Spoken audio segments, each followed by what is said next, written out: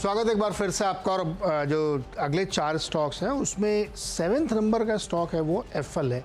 ये जो एक डिजिटल एडवर्टाइजिंग कंपनी है, मतलब मोबाइल पे या डिजिटल जो एडवर्टीजमेंट बनते हैं उस पर काम करती कंपनी ने 500 करोड़ का रेवेन्यू दिखाया। हालांकि तीसरी तिमाही से आप देखेंगे तो कुछ खास नहीं, 7-8 करोड़ बढ़ाया है, लेकिन वाई आप देखिए तो बहुत स्ट्रॉन्ग नंबर है। 350 से बढ़ के 500 करोड़ से ज़्यादा।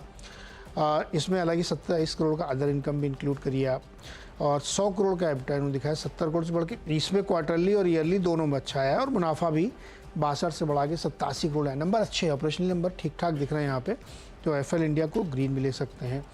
उसके बाद आंध्र पेट्रो में बहुत ही अच्छे नंबर हैं इनके, 278 करोड़ का रेवेन्यू 162 करोड़ के सामने।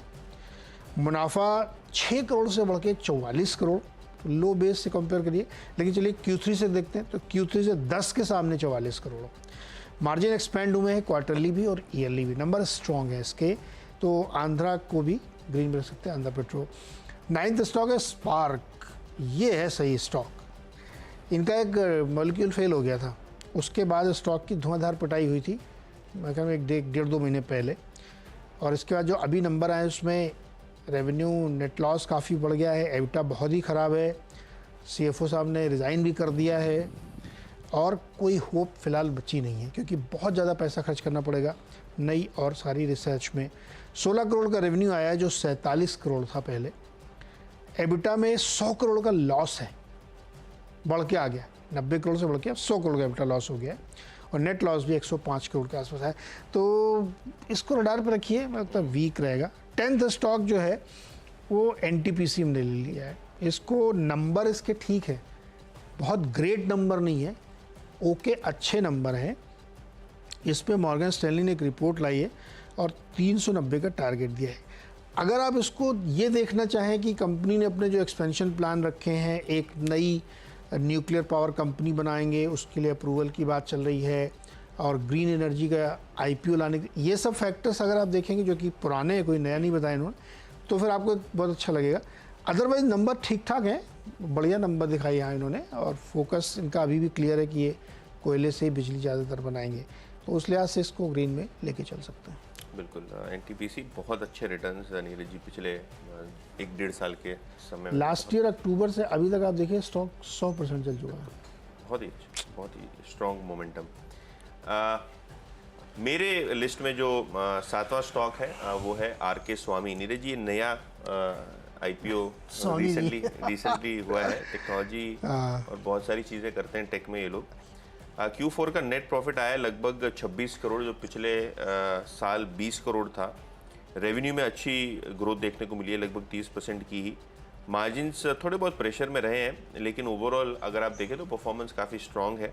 जहाँ तक कि डिविडेंड का सवाल है, 2 रुपये का डिविडेंड भी दिया है, तो नंबर्स काफ़ी ठीक ठाक हैं, अच्छे हैं, और शायद इस स्टॉक में आज मोमेंटम देखने को मिल सकता है। 2 स्टॉक्स जिनके नंबर्स थोड़े वीक आए हैं, पारस डिफेंस, नेट प्रॉफिट है लगभग 10 करोड़ का, जो पिछले साल 11 करोड़ था।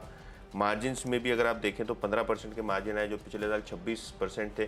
तो बहुत ही वॉलेटाइल नंबर्स हैं और बहुत ही ठीक ठाक नंबर्स हैं। शायद ये स्टॉक थोड़ा बहुत प्रेशर में देखने को मिल सकता है, प्रॉफिट बुकिंग देखने को मिल सकती है। और इसी तरीके से नज़ारा टेक्नोलॉजीज़ में भी मुनाफे की बात करें तो लगभग 8.25 करोड़ का प्रॉफिट आया है, जो 25 करोड़ था पिछले क्वार्टर में।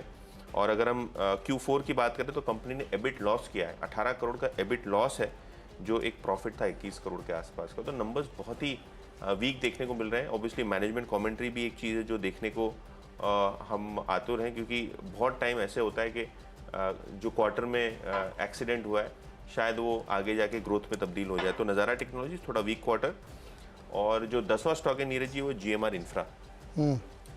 थोड़े दिनों पहले यहाँ GQG ने शेयर्स खरीदे थे, और अब जेफरीज ने यहाँ एक इनिशिएटिंग कवरेज निकाली है।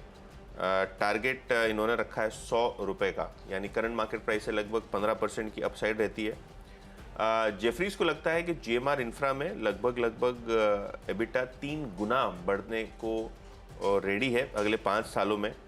और Q1 FY26 यानी यहाँ से लगभग 12 महीनों में कंपनी पॉजिटिव हो जाएगी प्रॉफिट को लेके, और कहीं ना कहीं जो डेट कम कर रही है कंपनी, उसका फ़ायदा होता हुआ दिखाई पड़ेगा बॉटम लाइन को।